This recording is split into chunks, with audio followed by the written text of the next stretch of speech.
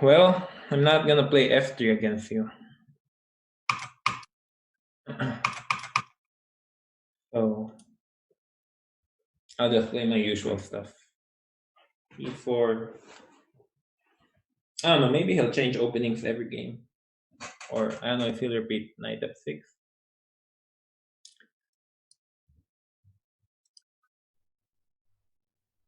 Yeah, I mean, I could have tried and no, I mean, there was no way I was winning that anyway. I mean, I was 2 pawns down and I had no time, so I should quit yapping. I'll just play. Okay. He means business. He's already made his first move. That's what I know from this game, these games, that whenever I get to the next and my opponent has already made their first move, then they mean business. So let me go for just something normal.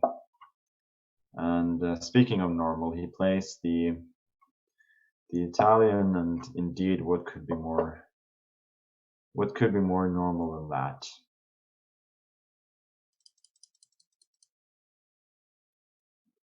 Okay, so he switches openings after every game.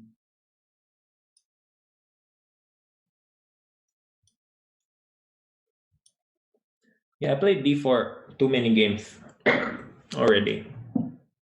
So maybe or maybe not, he's prepared something against d4 on move 5. Okay, whatever. We'll go h6, and we'll go a6. And just play very normally. Of course, Wesley is somebody whose style is well suited to positional play, but I'm not worried about that. I feel like I can also compete well in that department.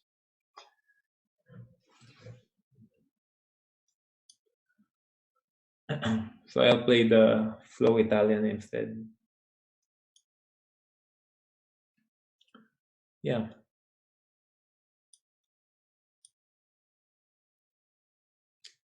Now I can play a5 or bishop a7 or just rook e8.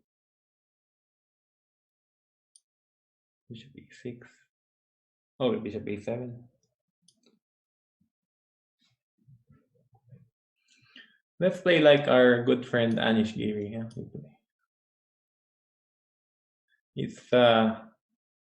it's not a bad idea to copy Anish in the opening. Generally, white plays queen c2 instead of bishop e6, and then after bishop c4, knight c4. But let's see what Anish has in store. He played bishop b2 against me last year, and I think he's played it in one other game, if I remember correctly.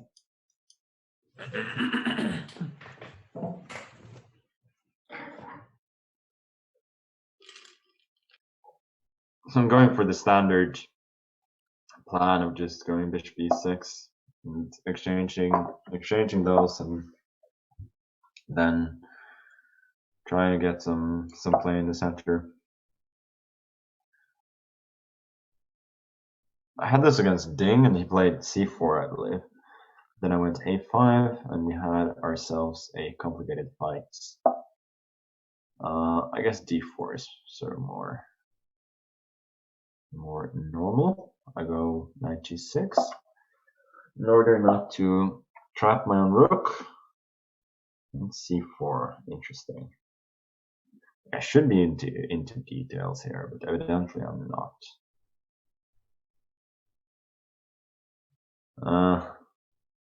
Wesley really likes positions with some space advantage. I mean, who doesn't? But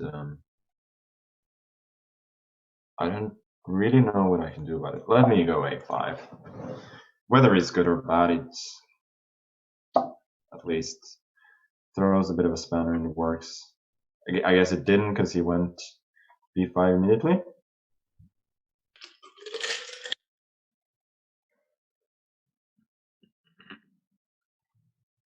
Okay.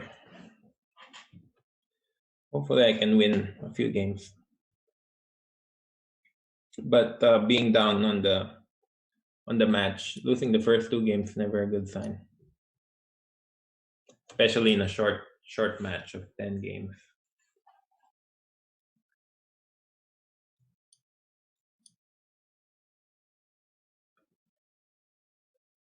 A5, B5, yeah. Then I could. One good thing about playing a quick A4 is I can always bring my rook to the king side, the A1 rook with rook A3 and stuff to bring him over to the king side very quickly if necessary. Yeah, like now, maybe I'll play rook A3. Then you go bishop C5 or something. Yeah, bishop C5 poses bishop on B4 maybe.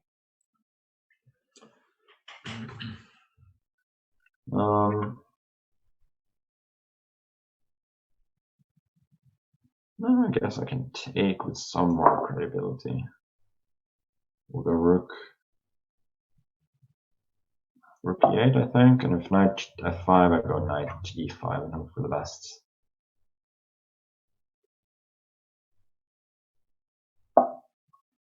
Or rook A3. Very logical stuff. So, no pun intended. Bishop C5, rook G3, bishop B4, knight F5 is happening. That's probably no good.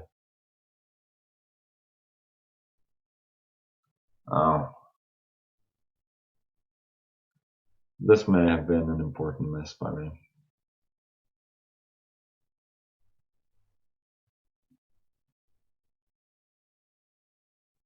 Yeah, I really don't like this now. Where's my counterplay? Okay, yeah, it's clearly he must have studied my game against Anish Giri and realized that I cannot play against the Italian. Okay, we'll take it.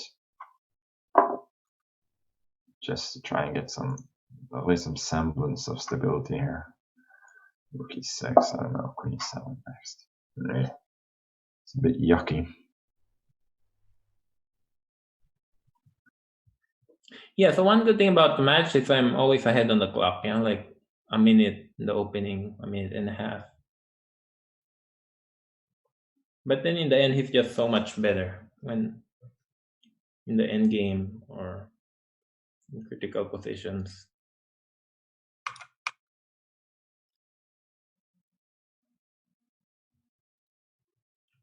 Bishop C5. Then I'll probably play rook F3 or rook G3. White is definitely better here, objectively. Because white has more space, pawn on B5. Active rooks, rook on the third rank. But in the blitz game, objectivity doesn't matter that much. A lot of things can happen in the span of a few seconds. Yeah, black has no counterplay. Yeah, so he lost a tempo there. He could have taken on d4 instead of playing rook e8. Not that it matters much. Okay, so rook e3, and then I play g3, f4. Yeah, that makes sense. I'm going to play g3 next move, and then f4. Try to kick away his knights, maybe.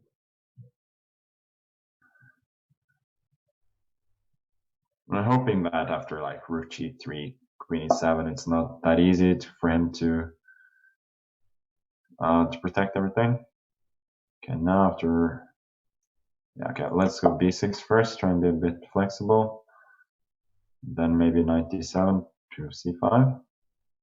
Although he is going to try and run me over as quickly as he can. But now, at the very least, I'm not getting mated with rook g3 and so on. So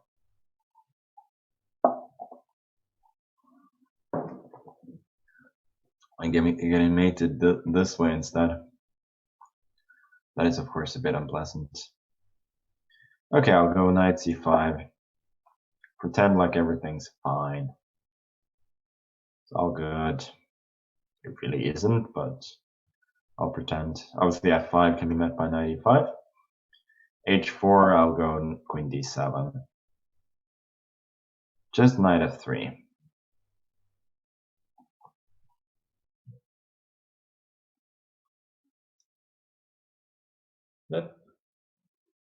That plan is double-edged, but I don't really see any other attractive plans for me. Yeah, he can play rook e8. Then what do I play? h4 or queen g4? Queen g4. I don't even know what I'm doing exactly. He can play knight c5 and queen c8 to try to trade queens.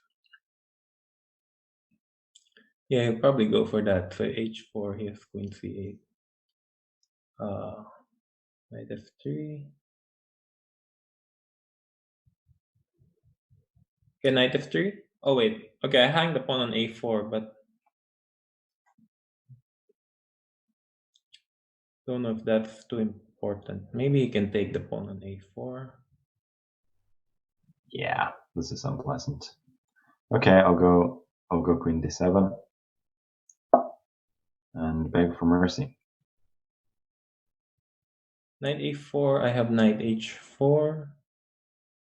Yeah, so the pawn wasn't too important. f5, knight e5, yeah? Then he defends everything.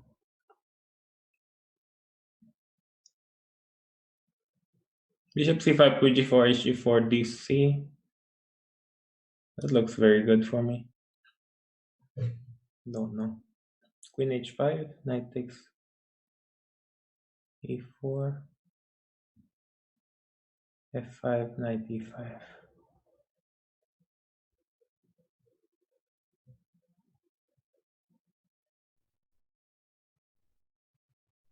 Oh, f5 is really strong now. Yeah, f5 is really strong. Knight e5, knight e5, d5, bishop c5, then rook d1, and rook d5. I'm getting squashed positionally, so I have to sack the exchange after f5. Knight e5, knight e5, rook e5, and then d5. Just hope for the best. My knight is pretty strong, so I think in blitz it's not a foregone conclusion that I'm losing that.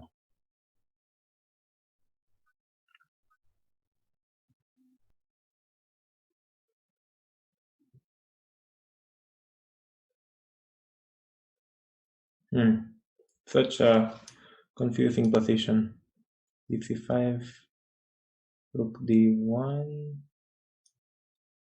d8, rook d5. I have disconnected pawns. I have a very nice pawn structure with e5 and stuff. And if bishop c5, yeah, this one I was not so worried about, because I get to oppose on the d file.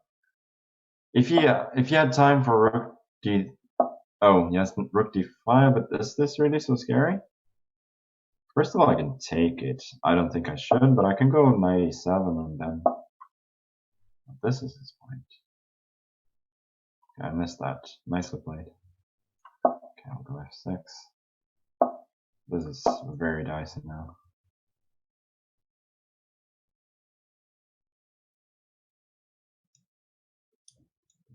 But generally, it feels like he's always outplaying me, yeah, one way or another. So, g takes, knight takes, g5, hg, knight g5. Magnus is definitely very good in the ending. So, don't know. Rook d5, can I play that? Or will he take that pawn? Take. King e2, king e7, takes, rook d3, takes.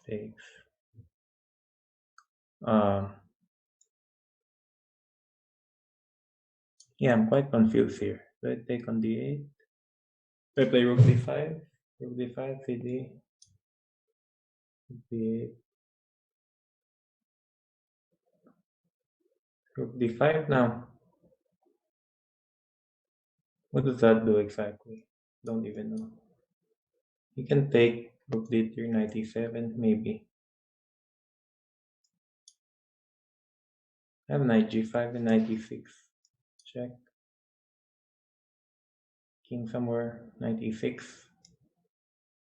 Knight E6 or D6? D6 wins, right? CD, Rook D6. Rook takes, E takes. Yeah, and then Queen. Yeah. First win. Probably the only win in the match. Maybe. But at least I won a game.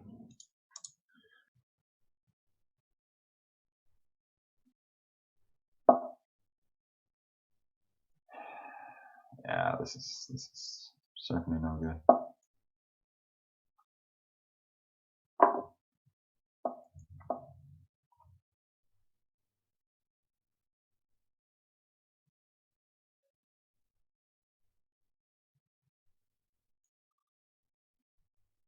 It's the usual story. Down on time and a terrible position. Now is usually when I start to excel.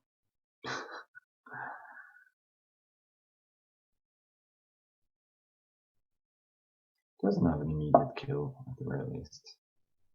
Okay, I'll go h5, not to worry about the check. Then king e7.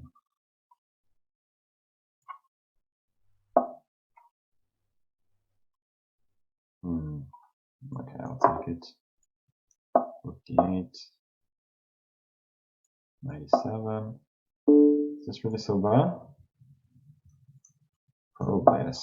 Yeah, this really is so bad. Yeah, d6 just wins. Oh, rook d6. It's even better. Oh boy. Oh boy. Maybe I could have gone king e8 and sort of fought on knight e6, rook d7. Ah, it's really bad as well. Okay, but that was thoroughly deserved. Yeah, that was definitely a confusing game. But I think I got a slight advantage out of the opening using Anish Giri's move.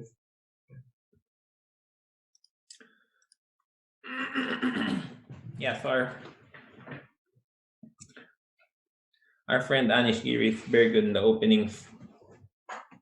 So everyone should definitely check out his chessable courses. Definitely.